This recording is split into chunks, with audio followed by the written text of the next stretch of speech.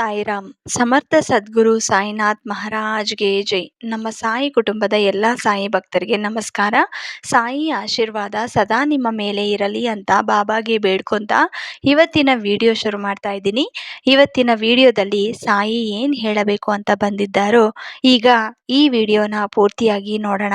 ಇದು ನಿನಗಾಗಿ ತಂದಿರುವಂತ ಬಹುಮಾನ ಮಗು. ಒಮ್ಮೆ ಇಲ್ಲಿರುವ 2 ರೂಪಾಯಿ ನನ್ನ ಕೈಗೆ ಕೊಡಿ, ನಿನ್ನ ಹಣೆ ಬರಹ ಬದಲಾವಣೆ ಆಗುತ್ತದೆ ಅಂತ ಸಾಯಿ ಈ ಗುರುವಾರ ದಿನ ನಮಗೆ ಒಂದು ಬಹುಮಾನ ತಂದಿದ್ದಾರೆ. ಮೊದಲು ಸಾಯಿಗೆ 2 ರೂಪಾಯಿ ಕೊಡೋಣ. ಸಾಯಿ ಏನು ಹೇಳಬೇಕು ಅಂತ ಬಂದಿದ್ದಾರೋ ಈ ವಿಡಿಯೋನ ಪೂರ್ತಿಯಾಗಿ ತಿಳ್ಕೊಂಡು ನಮ್ಮ ಜೀವನದಲ್ಲಿ ಸಂತೋಷವ ಕಾಲನ ಮೊದಲು ನೋಡೋಣ. ಬಾಬಾ ಯಾವಾಗಲೂ ನಮ್ಮ ಸಂತೋಷನ ನೋಡೋಕ್ಕೆ ಪ್ರಯತ್ನ ಪಡ್ತಾರೆ.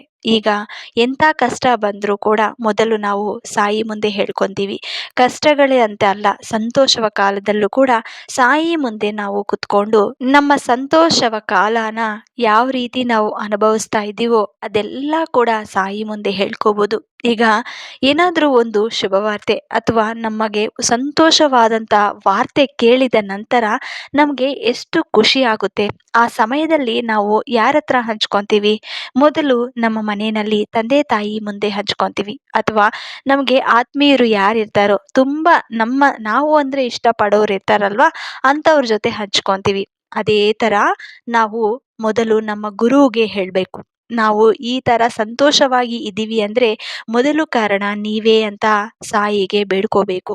ಸಾಯಿಗೆ ಒಂದು ನಮಸ್ಕಾರ ಕೊಟ್ಟು, ಬಾಬಾ ಈ ಜೀವನದಲ್ಲಿ ಈ ಸಂತೋಷವನ್ನು ಯಾವಾಗಲೂ ಇದೇ ರೀತಿಯಲ್ಲಿ ಇದ್ದರೆ ಸಾಕು, ನಮಗೆ ಕಷ್ಟಗಳು ಬೇಡ ಅಂತ ನೀವು ಮನಸ್ಫೂರ್ತಿಯಾಗಿ ಹೇಳ್ಕೋಬೇಕು.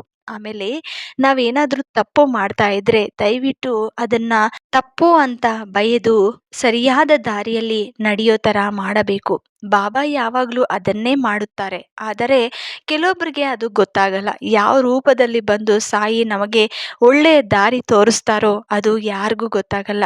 ಸಮಯ ಬಂದಾಗ ನಮಗೂ ಅದು ಗೊತ್ತಾಗತ್ತೆ. ಈಗ ಬಂದಿರುವಂಥ ಕಷ್ಟಗಳ ಬಗ್ಗೆ ನಾವು ಯೋಚನೆ ಮಾಡ್ತಾ ಇರ್ತೀವಿ. ಅದ್ರ ಬಗ್ಗೆನೇ ತುಂಬ ಯೋಚನೆ ಮಾಡಿ ನಮ್ಮ ಆರೋಗ್ಯ ಬಗ್ಗೆ ಮರ್ತು ಹೋಗ್ತೀವಿ. ಆ ಆರೋಗ್ಯನ ಕಳೆದುಕೊಂಡ ಮೇಲೆ ನಮ್ಮ ಮನೆಯವರು, ನಮ್ಮ ಸುತ್ತೂ ಇರುವಂಥವರು ತುಂಬ ನೋವನ್ನು ಅನುಭವಿಸ್ತಾರೆ. ಯಾಕಂದರೆ ನಾವು ಚೆನ್ನಾಗಿದ್ದರೆ ತಾನೇ ಅವರು ಚೆನ್ನಾಗಿರೋದು. ಅದೆಲ್ಲ ನಾವು ನೋಡ್ಕೋಬೇಕು. ಈಗ ನಿಮ್ಮ ಮನೆಯಲ್ಲಿ ನೀವು ಚೆನ್ನಾಗಿದ್ರೇನೆ ನಿಮ್ಮ ಮಕ್ಕಳು, ನಿಮ್ಮ ಗಂಡ ಎಲ್ಲರೂ ಚೆನ್ನಾಗಿರ್ತಾರೆ. ಇನ್ನು ನಿಮ್ಮ ಮನೆಯಲ್ಲಿ ಯಾರಾದರೂ ವಯಸ್ಸಾಗಿರೋರಂಥವ್ರು ಇದ್ರೂ ಕೂಡ ಅವರನ್ನು ನೀವೇ ನೋಡ್ಕೋಬೇಕಲ್ವಾ. ಅದಕ್ಕೆ ಮೊದಲು ಆರೋಗ್ಯವಾಗಿ ಯಾರಿರಬೇಕು ಅಂದರೆ ಆ ಮನೆ ಹೆಣ್ಮಕ್ಳು ಚೆನ್ನಾಗಿರಬೇಕು. ಹೆಣ್ಮಕ್ಳು ಯಾವಾಗಲೂ ಚೆನ್ನಾಗಿದ್ರೇನೆ ಆ ಮನೆ ಕೂಡ ತುಂಬ ಸಂತೋಷವಾಗಿರುತ್ತದೆ. ಆ ಮನೆಯಲ್ಲಿ ಏನು ತೊಂದರೆಗಳು ಬರಬಾರದು ಅಂದರೆ ಮೊದಲು ಆ ಮನೆ ಹೆಣ್ಮಕ್ಳು ಚೆನ್ನಾಗಿರಬೇಕು. ಮಗು, ನಿನಗೆ ಹೇಳ್ತಾ ಇರುವಂಥ ಈ ಸಂದೇಶವನ್ನು ಅರ್ಥ ಮಾಡಿಕೊಂಡು ಎಲ್ಲಿ ತಪ್ಪು ಮಾಡ್ತಾ ಇದೆಯೋ ಅದನ್ನು ಸರಿ ಮಾಡ್ಕೊ. ಇವತ್ತು ಈ ಗುರುವಾರ ದಿನ ನನ್ನ ಕೈಗೆ ಒಂದು 2 ರೂಪಾಯಿ ಕೊಡಮ್ಮ. ಯಾಕಂದರೆ ಇದು ಭಿಕ್ಷೆ ಅಲ್ಲ. ನಾನು ಬೇಡ್ಕೊತಿರೋ ಅಂಥದ್ದು ಒಂದು, ನೀವೇನು ತಪ್ಪುಗಳು ಮಾಡ್ತಾ ಇದೆಯೋ, ನಿಜ ಜೀವನದಲ್ಲಿ ಏನು ತಪ್ಪುಗಳು ಮಾಡ್ತಾ ಇದೆಯೋ ಅದೆಲ್ಲ ಕೂಡ ನಾನು ಶ್ರದ್ಧೆ ಸಬೂರಿನ ಆಚರಿಸುತ್ತೀನಿ ಬಾಬಾ. ಇನ್ಮೇಲೆ ಏನಾದರೂ ತಪ್ಪು ಮಾಡಿದ್ರೆ ಕ್ಷಮಿಸಿ, ಇನ್ಯಾವತ್ತೂ ನಾನು ತಪ್ಪು ಮಾಡಲ್ಲ. ನೀವು ಹೇಳ್ದಂಗೆ ನಾನು ಆಚರಿಸ್ತೀನಿ, ನನ್ನ ಜೀವನ ಸಂತೋಷವಾಗಿ ಮಾಡ್ಕೊತೀನಿ ಅಂತ ನೀನು ನನಗೆ 2 ರೂಪಾಯಿನೂ ಕೊಡಬೇಕು. ಶ್ರದ್ಧೆ ಸಬೂರಿನ ಯಾರು ಆಚರಿಸುತ್ತಾರೋ ಅವರಿಗೆ ಏನು ಕಷ್ಟನೂ ಬರಲ್ಲ, ಅದು ನಾನು ನಂಬುತ್ತಿದ್ದೀನಿ ಅಂತ ನೀನು ನಿನ್ನ ಸಾಯಿ ಕೈಗೆ 2 ರೂಪಾಯಿ ಕೊಡಿ. ಇವತ್ತು ನಿನ್ನ ಕೈಯಲ್ಲಿ ಆಗಿಲ್ವಾ? ಮೊದಲು ರಾತ್ರಿ ಮಲಗುವ ಮುನ್ನ ಸಾಯಿ ನಾಮಸ್ಮರಣೆ ಮಾಡುತ್ತಾ 2 ರೂಪಾಯಿನ ನೀವು ಎಲ್ಲಿ ಮಲ್ಕೊಂತೀರೋ ಆ ಜಾಗದಲ್ಲಿ ದಿಂಬು ಕೆಳಗೆ ಆ 2 ರೂಪಾಯಿ ಇಟ್ಕೊಂಡು ಸಾಯಿ ನಾಮಸ್ಮರಣೆ ಮಾಡಿದ ನಂತರ ಮಲ್ಕೋಬೇಕು. ಆ 2 ರೂಪಾಯಿ ಮಾರನೇ ದಿನ ಅಂದರೆ ನೆಕ್ಸ್ಟ್ ಡೇ ಅದನ್ನು ತಗೊಂಡು ಹೋಗಿ ದೇವ್ರ ಮನೆಯಲ್ಲಿ ಸಾಯಿಯಪ್ಪ ವಿಗ್ರಹ ಅಥವಾ ಫೋಟೋ ಇದ್ದರೆ ಆ ಪಾದಗಳ ಮುಂದೆ ಇಟ್ಟು ನಮಸ್ಕಾರ ಮಾಡ್ಕೊಳ್ಳಿ. ನಿಮ್ಮ ಕಷ್ಟಗಳೆಲ್ಲ ಕೂಡ ದೂರ ಆಗುತ್ತೆ. ಬಾಬಾ, ನೀವು ಕೇಳ್ದಂಗೆ ನಾನು 2 ರೂಪಾಯಿನ ಕೊಡ್ತಾ ಇದ್ದೀನಿ. ನೀವು ಸುಮ್ಮನೆ ಕೇಳಲ್ಲ, ನನ್ನ ಕಡೆ ಏನೋ ತಪ್ಪಿದೆ, ಅದಕ್ಕೆ ಇವತ್ತು ನೀವು ಈ 2 ರೂಪಾಯಿ ನನ್ನ ಕೈಯಿಂದ ತಗೊತಾ ಇದ್ದೀರಾ ಅಂತ ನಾನು ನಂಬುತ್ತಿದ್ದೀನಿ. ಬಾಬಾ, ಇಲ್ಲಿ ನೋಡಿ, ನಾನು ನೀವು ಕೇಳ್ದಂಗೆ ಕೊಟ್ಟಿದ್ದೀನಿ. ಈಗ ನಿಮ್ಮ ಪಾದಗಳ ಮುಂದೆ ಆ ₹2 ಇಟ್ಟಿದ್ದೀನಿ. ಅದೇ ರೀತಿಯಲ್ಲಿ ಶ್ರದ್ಧೆ, ಸಬೂರಿನ ಆಚರಿಸುತ್ತೀನಿ ಅಂತ ನಿಮ್ಮ ಮುಂದೆ ಪ್ರಾಮಿಸ್ ಮಾಡ್ತಾ ಇದ್ದೀನಿ. ಇನ್ಯಾವತ್ತೂ ಯಾರಿಗೂ ನೋವು ಕೊಡಲ್ಲ. ಈಗ ಇಲ್ಲಿವರೆಗೂ ಏನ್ ನಡೆದಿದೆಯೋ ಅದೆಲ್ಲ ಕೂಡ ನೀವು ನೋಡ್ಕೊಂತೀರಾ ಅಂತ ನಾನು ಪೂರ್ತಿ ವಿಶ್ವಾಸ ಇಟ್ಟು ಈ ₹2 ನಿಮ್ಮ ಪಾದಗಳ ಮುಂದೆ ಇಡ್ತಾ ಇದ್ದೀನಿ. ನನ್ನ ಮನಸ್ಸಿನಲ್ಲಿ ಇರುವಂತ ಬೇಡಿಕೆಗಳು ಕೂಡ ನೀವು ಈಡೇರಿಸುತ್ತೀರಾ ಅಂತ ನಾನು ಪೂರ್ತಿ ವಿಶ್ವಾಸದಿಂದ ನಂಬುತ್ತಿದ್ದೀನಿ. ಸಮಯಕ್ಕೆ ಅದು ನನ್ನ ಕೈಯಲ್ಲಿ ಆಗುತ್ತೆ ಅಂತ ನಾನು ನಂಬುತ್ತಿದ್ದೀನಿ.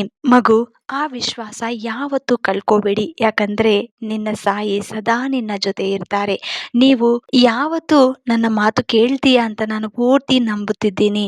ನಿನ್ನ ಜೀವನ ಸಂತೋಷವಾಗಿ ಇರೋ ತರ ನಾನು ಮಾಡುತ್ತೀನಿ. ಈಗಿರೋ ಕಷ್ಟಗಳು ಶಾಶ್ವತವಲ್ಲ. ಅತಿ ಶೀಘ್ರದಲ್ಲಿ ನಿನಗೆ ಸಂತೋಷವ ಕಾಲ ಆರಂಭವಾಗುತ್ತದೆ.